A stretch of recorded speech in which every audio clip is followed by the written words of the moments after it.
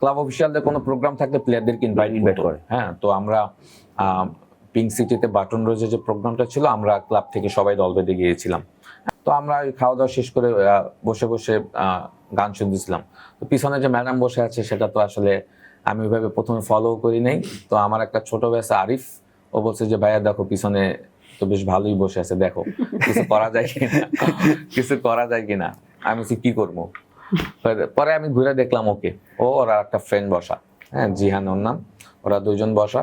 তো আমি যখন ঘুরে দেখলাম ওকে দেখে বেশ ভালোই লাগলো। হ্যাঁ, তখন প্রেম টেম করি না আর কি, হ্যাঁ বাট প্রেম করা দরকার আর কি।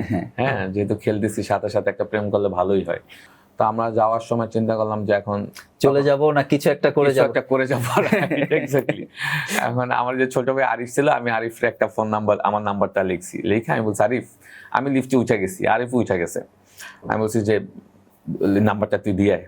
না, আমি পানি খাচ্ছিলাম, পানি খাওয়ার শেষ ওই গ্লাসে কাগজের টুকরাটা আর কি রেখে নাম্বারটা দিয়ে, গ্লাসের ভিতরে পানি ছিল না, পরে সে মানে খালি গ্লাস ছিল, তো তখন এই গ্লাসে আর কি নাম্বারটা দিয়ে গিয়েছিল। তো নাম্বারটা পেয়ে আমি ভাবলাম যে কাকে না কাকে দিল বা কিছু, তো আমার কার নাম্বার তাও তো জানেন না, কিছুই আমি ডিটেলস জানি না। তো তারপর হচ্ছে আমার ফ্রেন্ড আমার সাথে যে ছিল, আমি ওকে বললাম নে তোকে নাম্বারটা দিছে, তুই কথা বল। তো ও আর কি ফোন করলো। তো তখন আসলে আমি অনেক হেলদি ছিলাম, অনেক বালকি ছিলাম। তো আমার ওই ফ্রেন্ড আর কি ওকে ফোন করলো, তো তখন ও বলতেছে আপনি কি ওই হেলদি আপুটা? তো ও বলতেছে যে না। পরে ও বললো যে আমার ওই হেলদি আপুটাকে দরকার, ওনাকে ফোনটা দেয়।